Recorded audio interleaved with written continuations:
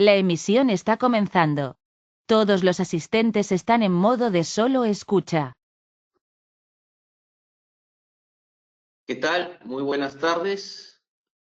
Soy Carlos Valle. A nombre de Lipidet le damos la bienvenida a esta nueva versión de Enfoque Contable de los seminarios, ¿no?, que estamos haciendo aquí en los viernes contables, ¿no? Y hoy tenemos la grata presencia de Leopoldo Sánchez, un miembro del instituto y también investigador, docente, y además ha publicado un interesante libro sobre instrumentos financieros. Hoy Leopoldo nos va a conversar sobre los efectos del programa Reactiva en relación con la NIF 9 y la NIF 20, ¿no? Un tema que está bastante siendo consultado hoy por hoy en el medio. Leopoldo, bienvenido, un gusto tenerte aquí. Bueno, buenas tardes, mucho gusto con todos y vamos a comenzar el seminario. El tema, digamos, no es muy extenso, ¿no? Pero para entenderlo mejor, digamos, lo he puesto en números, ¿no? Porque básicamente el tema es más numérico y cálculo un poco financiero.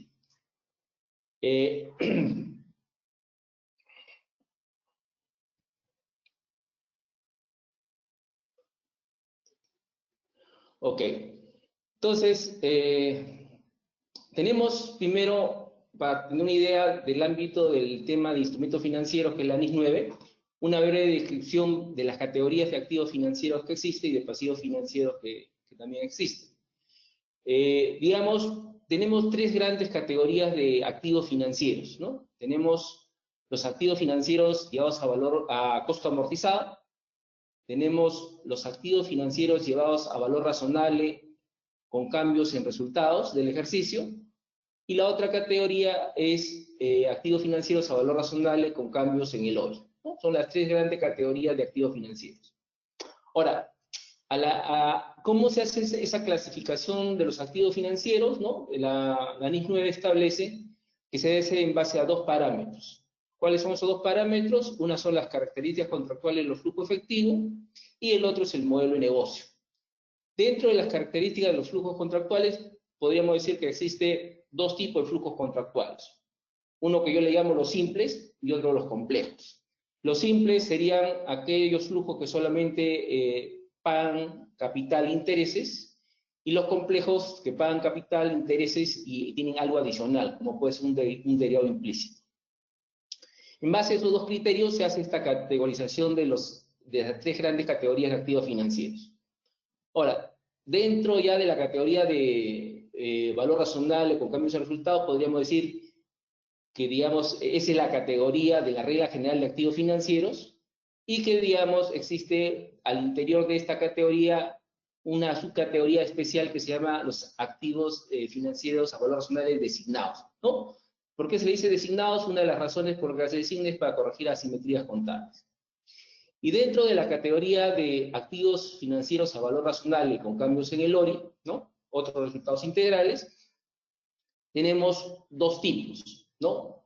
Instrumentos de deuda, ¿no? Instrumentos de deuda que deben cumplir dos condiciones para estar en esta categoría, y tenemos instrumentos de patrimonio. En caso del instrumento de patrimonio que estén en el ORI, no tienen que cumplir ninguna condición para estar en esta categoría, más bien lo que es una elección que hace la empresa, y es una elección irrevocable, ¿no? Entonces, esta es digamos, y los derivados, ¿no? Los derivados están acá digamos, los derivados que son para negociación o especulación, están en la categoría de valor razonable con cambios en resultados. ¿Por qué les digo derivados para negociación? Porque, digamos, los derivados también se pueden hacer para coberturas, pero esas son ya otras reglas que están dentro también de la NIF 9. A ver. La siguiente categoría es la de los pasivos financieros, ¿no? En los pasivos financieros, digamos, podríamos decir que existen dos grandes categorías. Hay otros casos especiales de pasivos financieros que, digamos, podemos verlo en otra oportunidad, pero acá lo importante es que existen dos grandes categorías de pasivos financieros. Los pasivos financieros a costo amortizado, ¿no?, que vendría a ser la regla general de los pasivos financieros, y los pasivos financieros a valor razonable, ¿no? Como regla general, los cambios de valor razonable, ¿no?, de estos pasivos deberían ir al resultado del ejercicio. Pero acá también tenemos una excepción, ¿no? Que la introdujo la NIS 9. Acá tenemos los negociables, que el cambio de valor razonable va directamente al resultado del ejercicio, y los designados también. En el caso de los designados, también es para corregir asimetrías contables, y aquí hay un cambio con lo que decía la NIS 39. La NIS 39 decía que todo el cambio de valor razonable iba al resultado del ejercicio. La NIS 9 establece que una parte del valor razonable se va a ir a LORI, y la diferencia va a irse al resultado del ejercicio, ¿no? Y esto que va a LORI no es reclasificable, no se puede reclasificar, es decir, nunca va a pasar al resultado del ejercicio. Ok. Ahora, los activos financieros y los pasivos financieros tienen, digamos, una medición inicial, ¿no? Que es la parte importante para entender todo lo demás que vamos a ver en un caso práctico. ¿Qué dice la NIS 9 referente a la medición inicial de los activos y pasivos financieros, ¿no? Recordemos que el préstamo del programa Reactiva Perú es un pasivo financiero, ¿no? Por lo tanto, le es aplicable lo que les voy a decir ahorita. Dice, excepto las cuentas por cobrar comerciales, ¿no? Que están dentro del alcance del párrafo 513, el reconocimiento inicial, ¿no? En el reconocimiento inicial, tanto de los activos financieros como los pasivos financieros, una entidad lo debe medir a valores razonables, ¿no? Es decir, regla general, los activos y pasivos financieros se deben medir a valores razonables. No, la excepción es las cuentas por cobrar. ¿Por qué la excepción es las cuentas por cobrar? Porque las cuentas por cobrar comerciales se miden de acuerdo a la NIS 15, ¿no? Pero las cuentas por cobrar siguen siendo un activo financiero. Y a este párrafo adiciona, oye, la regla general es que los activos y pasivos financieros, por lo tanto un pasivo financiero se tiene medida a valores razonables, ¿no?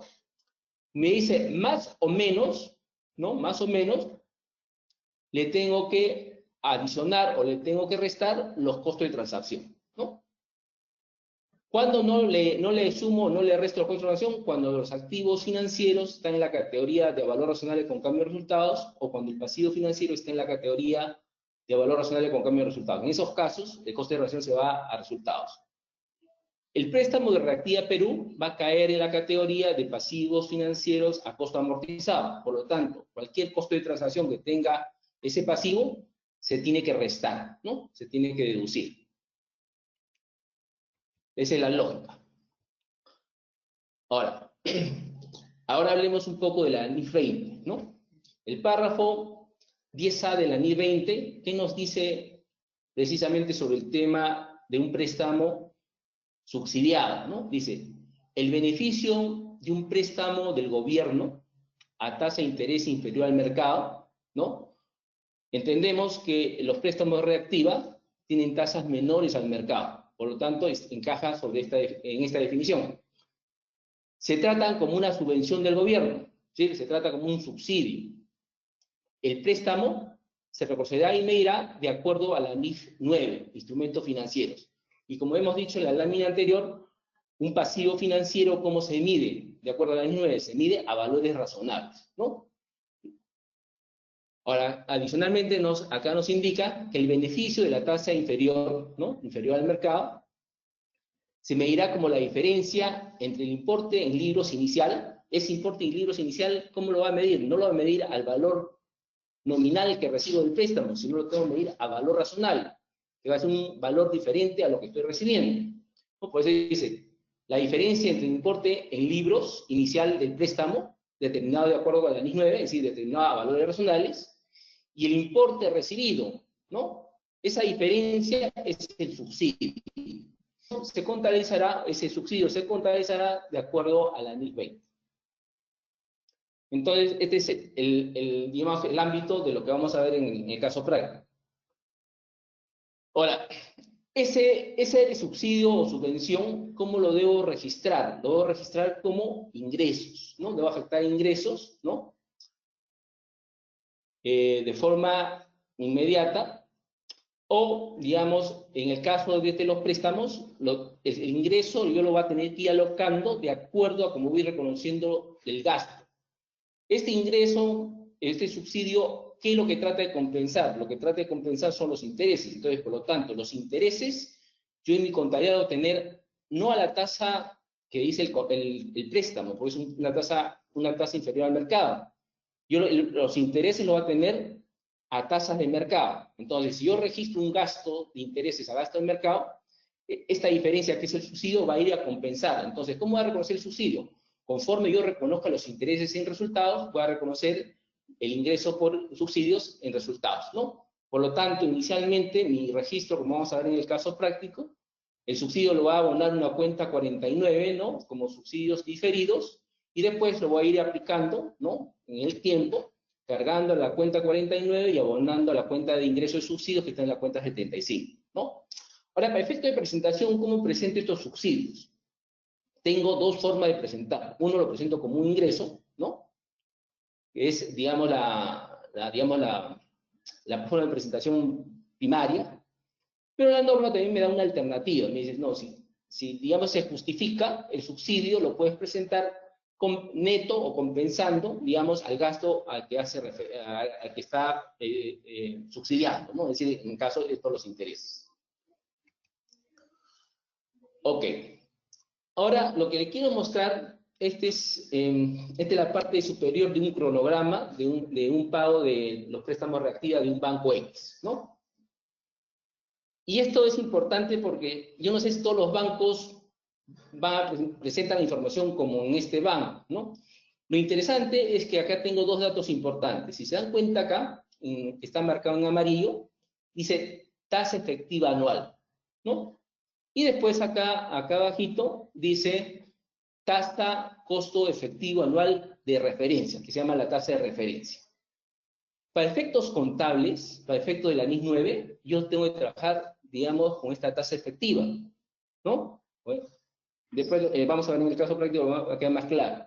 En este caso, de este banco me da las dos tasas. Entonces, yo voy a tener que trabajar con esta tasa efectiva. En este caso de este banco, ¿qué pasa?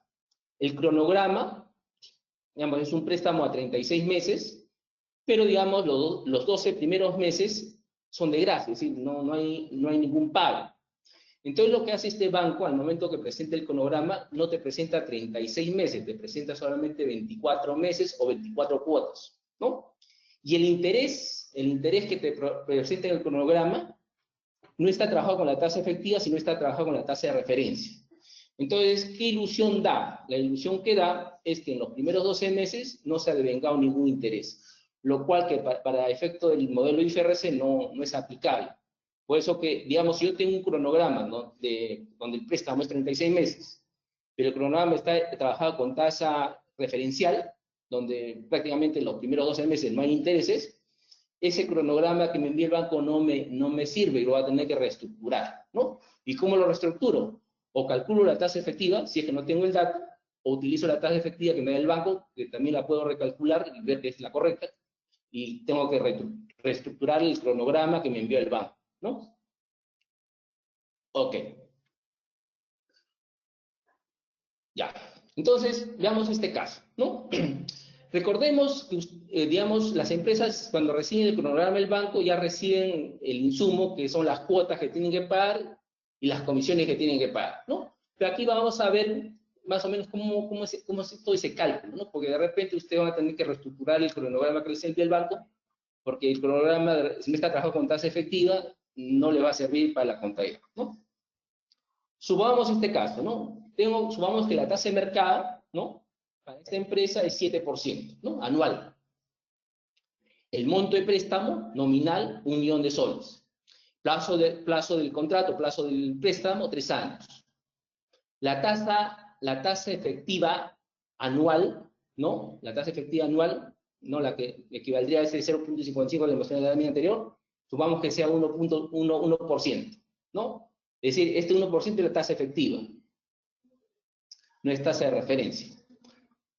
El capital de renta diferida, 1.010.000. Ahorita yo les explico cómo llevo este 1.010.000. Los años de gracia, 1 año, ¿no? Por lo tanto, solamente debería haber 24 meses. Y en este caso, tengo una comisión de COFIDE de 15.000 soles, que lo vamos a tomar como un dato. Para que el cálculo que les voy a presentar no sea tan engorroso, digamos, el cálculo va a ser por año. Es decir, no va a presentar 36 cuotas, sino va a presentar 3 cuotas o tres tres momentos, ¿no? Una por año. Pero ese cálculo que hago por año se hace igualito para meses. La única diferencia es que para año yo trabajo con la tasa anual y para meses trabajo con tasa mensual, ¿no? Pero el cálculo es idéntico. Y los asientos son los mismos, ¿no? Solamente que acá voy a presentar un asiento por año. En la vida real, cuando tengan el cronograma de 36 meses, van a hacer 36 asientos, ¿no? Ok.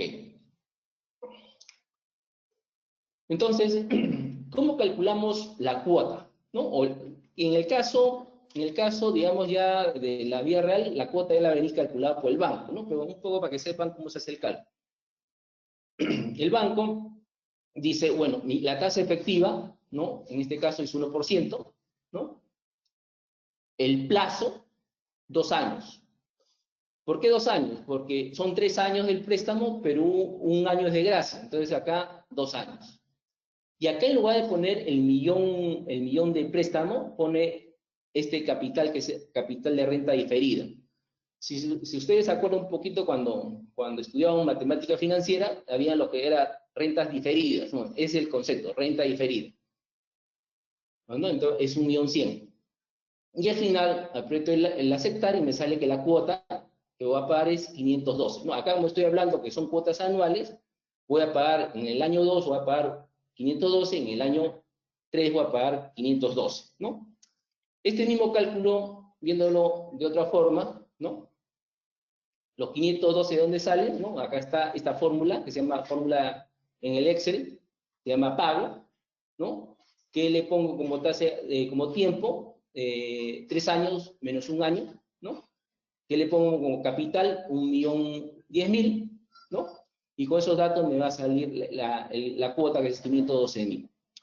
¿De dónde sale este 1.010.000? ¿No? ¿Qué pasa? No significa que porque tenga 12 meses o 1 año de gracia, no hay intereses. Sí hay intereses, ¿no? ¿Y cómo agarro el millón que me están dando en el momento cero, por 1 año de intereses, que a la tasa del 1%, me sale un capital más intereses de 10.000. Es decir, que por el primer año son 10.000 soles de intereses, ¿no? Es decir, que no pagues no significa que no haga intereses, ¿no? Ok. De ahí, con esta tasa del 1%, que ya les he dicho, es la tasa efectiva, ¿no? No es la tasa de referencia que les enseñé al comienzo. Digo, capital inicial, 1.000.000. 1% es 1.000.000, 10.000. Capital más los 10.000, me sale un capital final del año 1 de 1.010.000. Este capital final del año 1 va a ser el inicial del año 2, ¿no?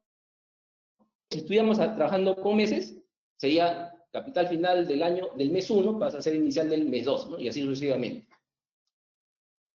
A este capital de 1.010.000, otra vez le aplico la tasa del 1% y me sale 10.100. Y acá está la cuota, ¿no? La cuota que calculé en la lámina anterior, que es 512. Entonces acá en el año 2, ¿no? Recién hago el pago. En el año 1 no he pagado nada porque es el año de gracia. Entonces pago los 512. Entonces, ¿qué tendría? 1.010.000 más interés el segundo año, 10.100, menos el pago de 512, termino con un capital al final del año 2 de 507.512. Este capital final del año 2 pasa a ser el inicial del año 3. Nuevamente, a este capital inicial del año 3 le aplico la tasa del 1%, que es tasa anual, recordemos, efectiva. Me sale un interés de 5.075. En el año 3, ¿no? Pago la segunda cuota, que es 512. Y si ustedes ven, 507 más los 5.000 menos los 512 me da un capital de 0. Si el banco no le envía de esta forma, si no el banco les envía solamente las 2 cuotas y considera que el interés del primer año es 0, ustedes tienen que reconstruir este cuadro, ¿no? No le va a servir el cuadro del banco. Y digamos, y si el banco no les da la tasa efectiva, como en el caso que les mostré, la tasa efectiva, ¿cómo se calcula? Se calcula con el TIR. ¿Cómo calcularía el TIR? No, digamos, sería, oye, mi capital inicial, lo que estoy recibiendo, es 1.000.000. En el año 1 no pago nada, en el año 2 pago 502, en el año 3 el pago 512, le aplico la función TIR, que lo vamos a ver más adelante de cómo funciona la función TIR, y me va a salir la tasa efectiva, que es 1%.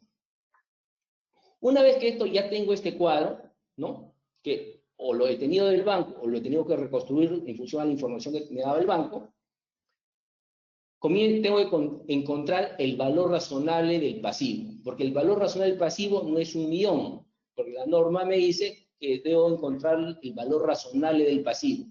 ¿Y cómo se encuentra el valor razonable del pasivo? Se encuentra trayendo las cuotas, ¿no? Estas cuotas que voy a pagar, trayéndolas a valor presente.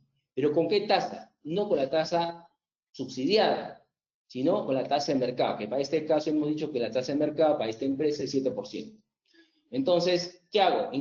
Utilizo este factor de descuento. En el ejemplo del año 2, acá tengo, en el año 1 pago 0, en el año 2 pago 512, en el año 3 512, ya. Por ejemplo, en el año 2, ¿cómo encuentro este factor de descuento? Digo, 1 sobre 1 más la tasa anual del 7% elevado al cuadrado porque es el segundo año. Y me da un factor de 0,87. Igual se hace para el año 1, para el año 3. Luego, ¿qué hago? Los 512 lo multiplico por el factor y me da 447. Los 512 del tercer año lo multiplico por el factor que es 0,81 y me da 418. Sumo, ¿no? Sumo ya los valores presentes y me da 866. Y ese es el valor del pasivo. Entonces yo tengo que registrar en mi contabilidad, ¿no? En el momento 0, un pasivo no por el millón que he recibido, sino por el valor razonable que es 866. Lógicamente va a haber una diferencia, ¿no? Una diferencia entre lo que recibo y el valor razonable. Pero ¿qué me dice la NIC 20? Me dice, oye, la diferencia entre el valor en libros, que es el valor razonable del pasivo, que es en este caso 866, contra el importe recibido, que en este caso sería 1 millón de soles, esa diferencia que me da 133.000 es el subsidio, ¿no? Y eso lo vemos en el cuadro siguiente, ¿no? Ahora, lógicamente, si ustedes sacan el TIR acá, ¿no? Mi valor del pasivo es 866, aplico en la cuota, en el año 1 no tengo cuota, en el año 2 512, en el año 3, y yo le aplico el TIR, la función TIR del Excel, me sale el 7%, ¿no? Pero ¿qué pasa? Yo tengo, en este caso, en este ejemplo, yo tengo una comisión, un gasto. Ese gasto se llama costo de transacción. ¿Y qué me dice la NIS 9 que tengo que hacer con el costo de transacción? Lo tengo que deducir del pasivo. Inicialmente yo estoy considerando, ¿no? Estoy considerando el supuesto que esta comisión se paga al inicio, ¿no? Después en el cuadro final vamos a ver que cuando esta comisión no se paga al inicio, no se paga por partes, ¿no?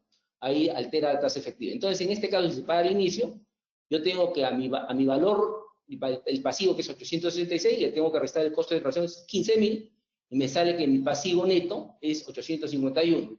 Entonces, nuevamente, tengo 851, vuelvo a calcular el TIR, la tasa efectiva, con la que voy a trabajar ya para efecto de la contabilidad. Entonces tengo flujo del año 1, 0, flujo del año 2, 512, flujo del año 3, 512. Como verán, las cuotas no cambian, porque la cuota ya se la dio el banco.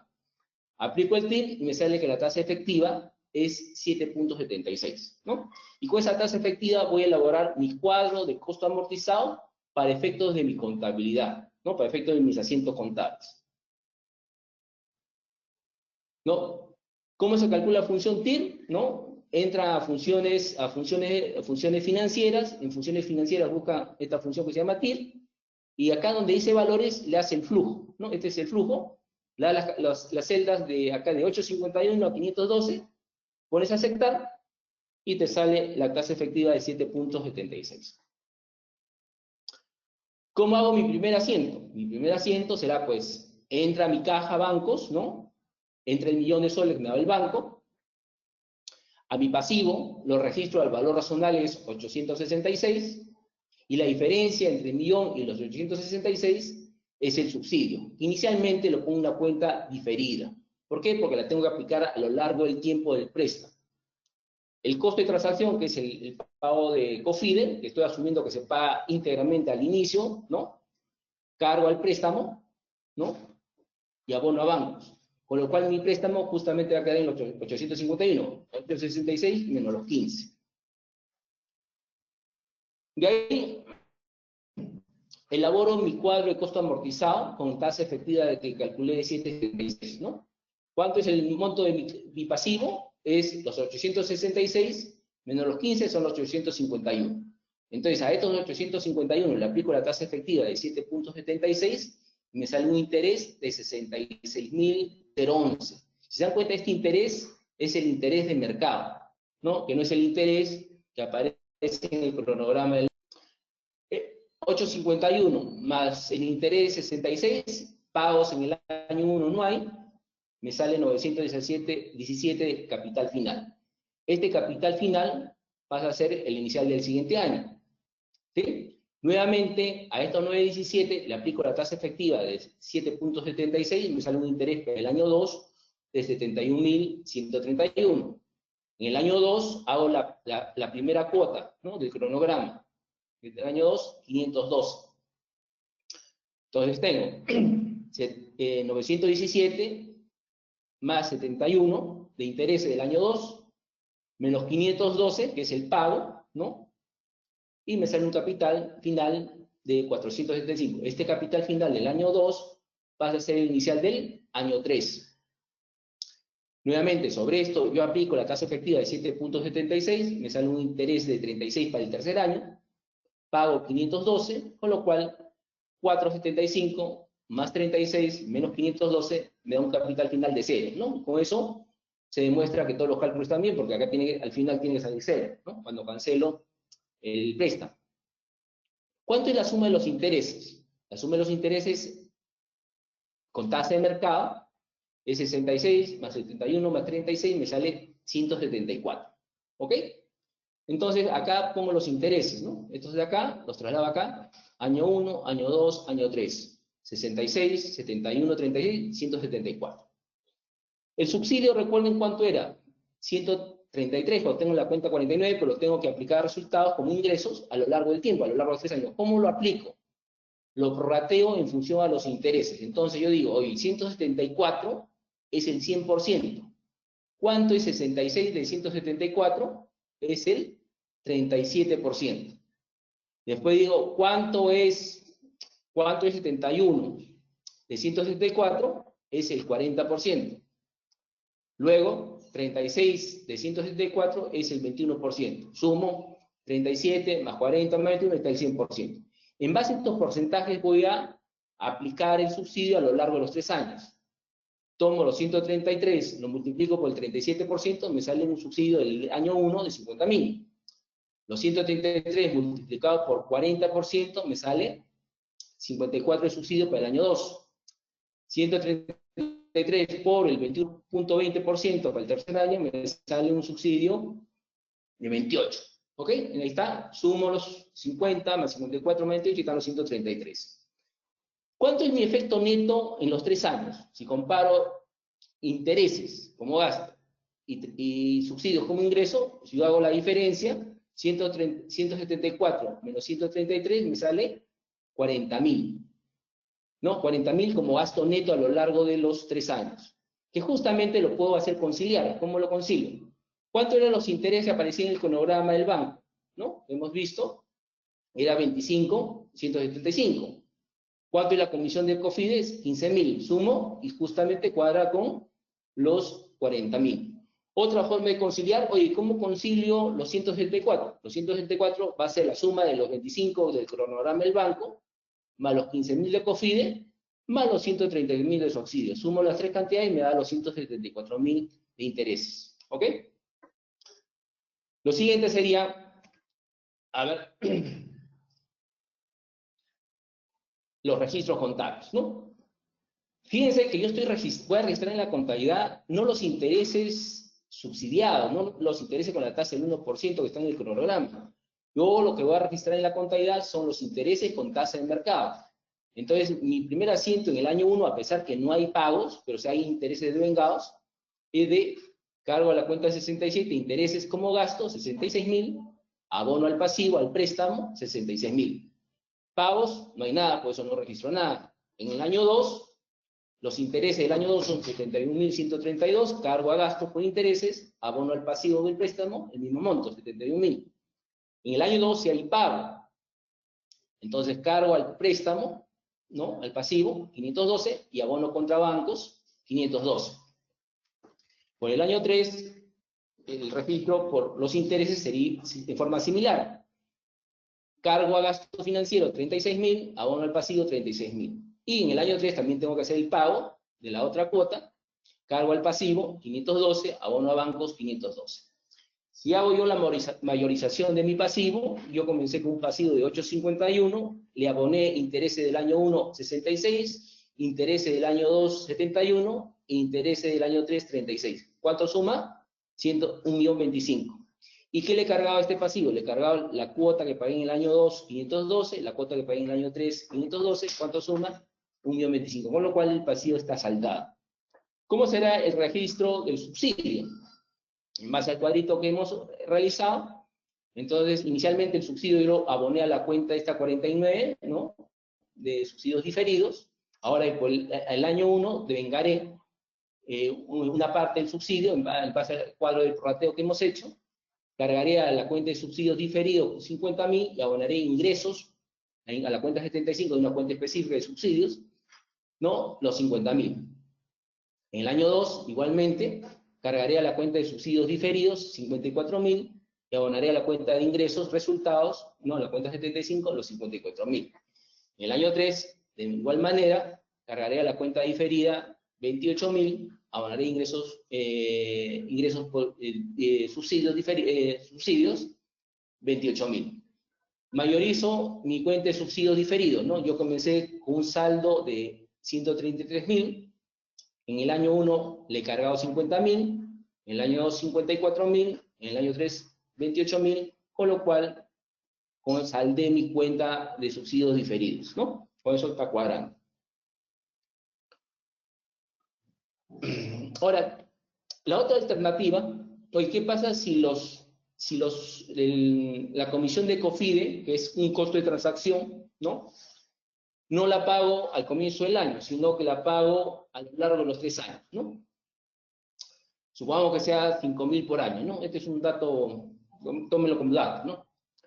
Entonces, tendría que reestructurar mi flujo para calcular cuál sería mi tasa efectiva, ¿no? Recordemos que la tasa efectiva que calculé anteriormente era 7.76. Acá, ¿qué tengo?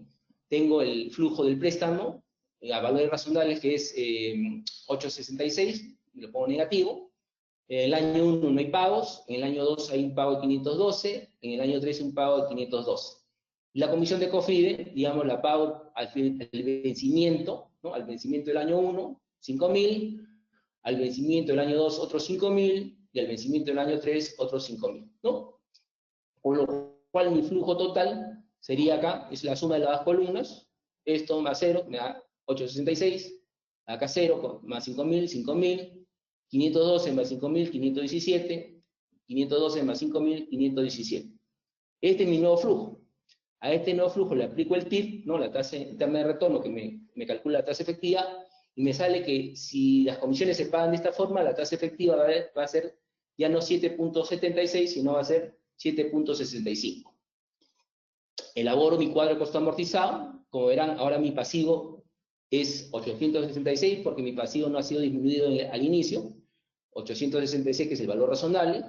Sobre estos 866 aplico esta tasa efectiva de 7.65 y obtengo un interés de 66. Le resto el pago que estoy haciendo en el año 1 acá de 5.000, que es la comisión, ¿no?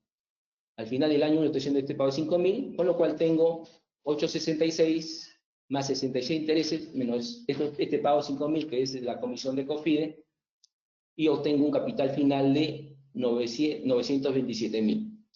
Este capital final de 927.000 pasa al inicial del año 2, otra vez acá le aplico esta tasa efectiva de 7.65, me da un interés de 70.000, pago 512, recordemos que estos 512, ¿qué cosa es? Es los 502, estos 517, ¿qué cosa es? Es los 512 de la cuota, ¿no? Y los 5.000 que estoy pagando en la comisión.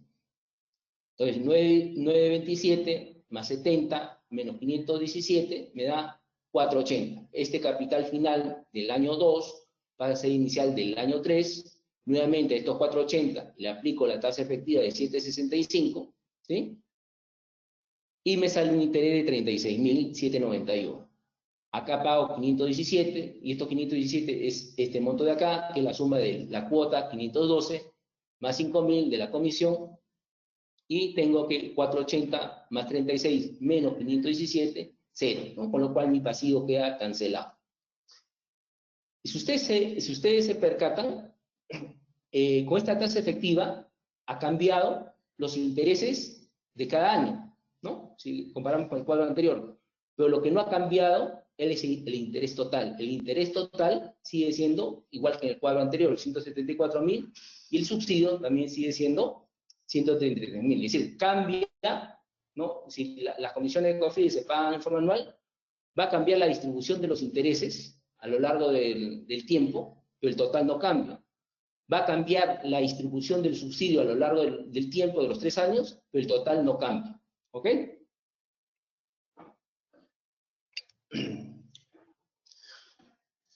Ahora, un poco del punto de vista, y esta es una opinión mía, ¿no? Que puede ser discutida. ¿Cuáles van a ser los intereses que me va a permitir la Administración Tributaria deducir? En mi opinión, lo que va a permitir la Administración Tributaria deducir solamente son los intereses que aparecen en el cronograma del banco. En el cronograma del banco aparece 25.175, eso es lo que me va a dejar deducir. Los intereses calculados con tasa de mercado, eso va a ser una diferencia, ¿no? Respecto a la comisión de COFIDE, ¿quién me va a dejar deducir? Me va a dejar deducir en el momento que sea exigible. Si la comisión de COFIDE es exigible al comienzo de la operación, en ese momento será deducible. Si la comisión de COFIDE es pagadera o exigible a lo largo de los 3 años, ¿no? En determinados momentos, será deducible en esos años. El subsidio que he registrado en la contabilidad como ingreso, ¿no? En la cuenta 75, al final, este es el total. ¿Será gravable? Y yo opino que no, porque esto no califica como renta y por lo tanto me va a generar una diferencia temporal. Entonces, como voy a tener diferencias temporarias por los intereses y voy a tener diferencias temporales por los ingresos por subsidio, voy a tener que aplicar la NIC 12, ¿no? Y con eso, digamos, concluido mi exposición y podemos pasar al tema de preguntas, ¿no?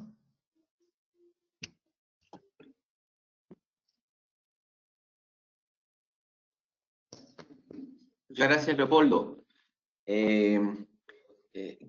Tenemos preguntas, Paola. Muy interesante realmente el tema, ¿eh? Bastante detallado para las personas que están con curiosidad de esto, ¿no? ¿Alguna pregunta, Paola? Hola, Carlos. No, ninguna pregunta. Ok. Yo tengo 2 por ahorita, Leopoldo, para tratar de complementar un poquito lo que mencionas. Has hablado de los costos de transacción, ¿no? No sé si podías dar algunos ejemplos de costos de transacción que podrían haber eventualmente para obtener uno de estos préstamos. En primer lugar, ¿y cuál es la visión que tiene la NIF 9, como también tenía la NIF 39 respecto a estos desembolsos, ¿no? Ya. Costo de transacción, digamos, tanto la NIF 39 como la NIF 9 lo definen como a esos costos que no puedes evitar por el hecho de tener el préstamo, ¿no? Por ejemplo, si yo voy a pedir un préstamo normal en un banco, ¿no? Y el banco me pide, oye, como requisito para que te dé el préstamo, tráeme, por decirte, un aval de otro banco. Yo voy al otro banco, para que el banco me dé un aval, gratis no me lo va a dar, me cobra una comisión. Entonces, esa comisión que yo estoy pagando por el aval, para poder obtener el préstamo del otro banco, por ejemplo, sería un costo de transacción, porque yo si no hago ese gasto de ese aval, no podría tener el préstamo. Bueno, otro ejemplo de costo de transacción, que digamos es realmente ínfimo, pero es costo de transacción, pues son, digamos, cuando yo pido un préstamo a un banco, el banco no me lo da en efectivo, me lo hago en mi cuenta. Inmediatamente me lo abono en mi cuenta, se produce un cargo por ITF. Y cuando yo comience a amortizar el préstamo, también voy a tener cargos por ITF. Ese ITF yo no lo hubiera tenido como gasto si es que no hubiera tenido el préstamo. Entonces también sería un costo de transacción. Pero claro, recordemos que en la SNIF hablamos de cosas materiales, ¿no? Probablemente un ITF no sea material y uno puede hacerse de la vista gorda para no hacer todo este cálculo, ¿no? Gracias, Leopoldo. Y otro tema también que noté en lo que has expuesto es la forma en la cual aplicas el subsidio a resultados, ¿no? Primero ingreso diferido y lo vas aplicando, ¿no? La norma entiendo que dice una base sistemática. ¿Qué opinas de aquellos que están diciendo que debería aplicarse ese monto de forma lineal, en alícuotas iguales? ¿Qué te parece esa opinión? Podría ser una alternativa, pero a mí me suena que más de ser proporcional, porque la norma te dice debes aplicarlo en forma proporcional al gasto que quieres cubrir. Y para mí proporcional no sería lineal, lineal sería, no guardaría una proporción con el gasto del año, ¿no? Es decir, si, por ejemplo, en el ejemplo, si del todo el gasto financiero, en el año 1 yo estoy haciendo el 40% de gasto financiero, lo sistemático sería que yo también del subsidio aplique el 40%. Porque si yo aplico lineal, podría ser que efecto financiero el gasto es 40%, pues el subsidio estaría realmente aplicando el 45 o el 48%, si lo hago lineal, por ejemplo. O no estaría, dependiendo del tiempo, ¿no? Estaría aplicando una proporción diferente, ¿no? O en mi ejemplo, ¿no? En mi ejemplo, por ejemplo, creo que el primer año salía gasto financiero y se representa el 40%. Si yo lo hago en forma lineal, el subsidio sería un 33%. Entonces yo tendría, por un lado, el gasto financiero es el 40% del total del gasto y el subsidio solamente explicando el 33%, ¿no? Como que no guarda la proporción, ¿no? Claro. Un tema más, empresas que no tengan como moneda funcional el sol, sino tengan el dólar, que tenemos varias, y podrían haber entrado a un crédito de estos. ¿Podría haber algún efecto, alguna implicancia? No te entendí, que la moneda funcional sea El dólar, por ejemplo, no el sol, ¿no? Que la moneda funcional sea El dólar, por ejemplo. el dólar. Sí. Y bueno, el préstamo lo van a recibir en soles, ¿no? Ahí lo que va a tener es que le va a generar diferencia de cambio, ¿no? Ese es el efecto que yo veo. Es decir, Claro. va a tener un pasivo en soles que le va a generar diferencia de cambio. Porque el tema de las tasas no le va a afectar, porque la tasa sería igual, es la tasa de mercado en soles que tiene. Claro, que porque tendría. digamos, mi moneda funcional es dólares, pero yo he ido al sistema financiero y me han dado un préstamo en soles, con una tasa en soles, ¿no? ¿Qué tasa tengo que buscar? La tasa de mercado que sería para mí en soles, ¿no? Correcto, Leopoldo. Paola, ¿tenemos alguna consulta? Hola, Carlos. Sí, a ver, dice, creo que habría que Por favor. considerar el subsidio financiero como ingreso inafecto por provenir de fondos del propio gobierno. A ver, mi opinión, es mi opinión que puede ser discutible. Yo creo que no es un ingreso inafecto, porque un ingreso inafecto es renta, es una renta inafecta, y para mí el subsidio que sale de todos estos cálculos financieros no califica como renta, ¿no? Es decir, al no calificar como renta, no es ni renta inafecta ni renta exonerada.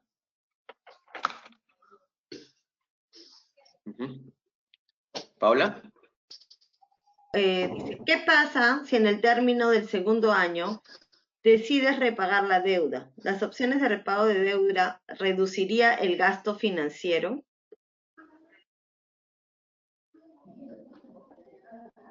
Ya. En un préstamo normal, lógicamente se reestructura el préstamo y se modifican los intereses. En estos préstamos reactiva, realmente no sé si se puede repagar, ¿no? Porque a veces hay ciertos pasivos financieros que tienen cláusula de que no hay pago anticipado, ¿no? Yo no sé si en estos préstamos reactiva existe este tipo de cláusula. Habría que revisarlo.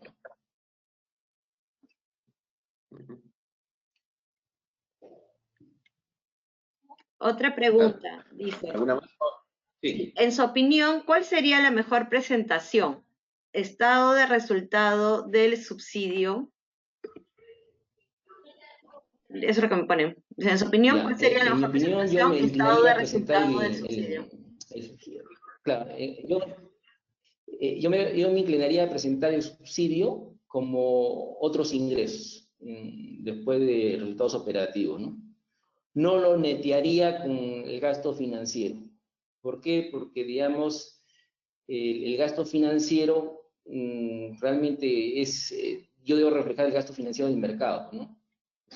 Y el subsidio debería aparecer como una línea separada donde realmente se muestre pues el efecto del original del préstamo, ¿no? Sería mucho más revelador la información.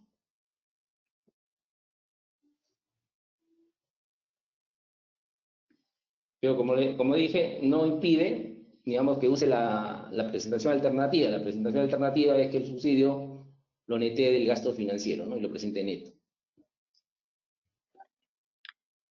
Ya, aquí hay una pregunta más. Dice, ¿el préstamo reactiva está a efectos resguardo financiero, covenants?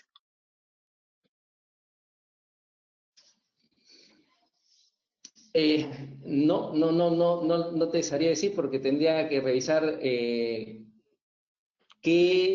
requisitos. Creo, yo lo que más o menos he leído de la ley, digamos, hay unos ciertos requisitos, ¿no? Exacto. Los covenants son cosas que yo me obligo a cumplir, ¿no? Por ejemplo, a cumplir un ratio, ¿no? Es decir, oye, mi patrimonio, mi deuda tiene que ser tanto. Yo no he visto en la ley que me pida ese tipo de requisitos. Lo que me pide es requisitos para poder recibir el préstamo. Podría verse, Leopoldo, ¿A dónde voy a destinar el préstamo? Leopoldo, quizás el uso que le das a los fondos, ¿no? Si la empresa le diera Claro. un uso distinto, podría tener eso consecuencias, ¿no? Claro, Por ahí. digamos, no hay covenants como ratios, ¿no? Pero sí hay requisitos que los montos de los préstamos está destinado a pagar determinadas cosas. Uno no puedo pagar dividendo, ¿no? Si pago dividendo estaría incumpliendo con las condiciones del préstamo, ¿no? Y yo entiendo que tendría que haber algún tipo de consecuencia. Leopoldo, y una última pregunta. Paola, ¿tenemos alguna más? Paola. Leopoldo, si algunas empresas decidieran simplemente a la tasa formal, a la tasa, digamos, obviar el tema del subsidio, en el caso de la tesis, ¿podría causar observar los auditores externos? Claro, acuérdate que el tema de los autores externos está en función a la materialidad, ¿no? Si el tema es material, sí, porque te está saliendo de la norma. Ahora, va a mucho depender de la materialidad, ¿no? Pero digamos, si lo registras a las tasas que te envía el banco, ¿no? A tasa subsidiada y no reflejas lo demás, te está saliendo de la norma, no estás incumpliendo con la norma. Ahora, si ese incumplimiento con la norma es material, tendría que ser observado por la auditoría. Si no es material, puede ser una observación de control interno.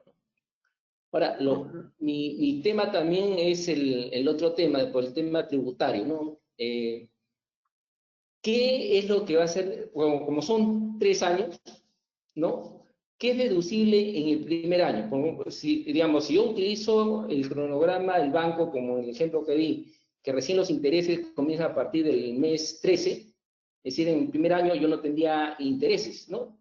Entonces, la pregunta que me he hecho, oye, ¿SUNAT qué va a respetar? ¿La tasa efectiva, ¿no? Donde sí tengo intereses por los 36 meses, o va a respetar la tasa referencial que envía el banco? Que, digamos, no tengo intereses para los primeros 12 meses. Entonces, los primeros 12 meses, ¿voy a tener gasto deducible por intereses o no voy a tener gasto deducible por intereses? Eso va a depender de qué tipo de cronograma va a aceptar la SUNAT, ¿no? Si acepta tasa efectiva o acepta tasa referencial. Y como demostré al inicio, el banco, en el caso de este banco, te muestra las dos tasas, ¿no? Bueno, Leopoldo, realmente muy interesante los temas que has traído, bastante concretos, que hay muchos contadores que están preocupados con esto. No es un cálculo, no es tan sencillo como tomar lo que dice el cronograma formal, y además tiene implicancias con dos normas bastante peculiares en algunas cosas, ¿no? Entonces queríamos agradecerte tu participación y bueno, despedirnos de todos los que nos escuchan, indicándoles que vamos a seguir con los viernes contables todavía. Probablemente cambiemos el horario del siguiente evento. Leopoldo, muy agradecido por tu Ya, participación. ok. Un gran Gracias a saludo. ustedes. Nos Gracias. vemos.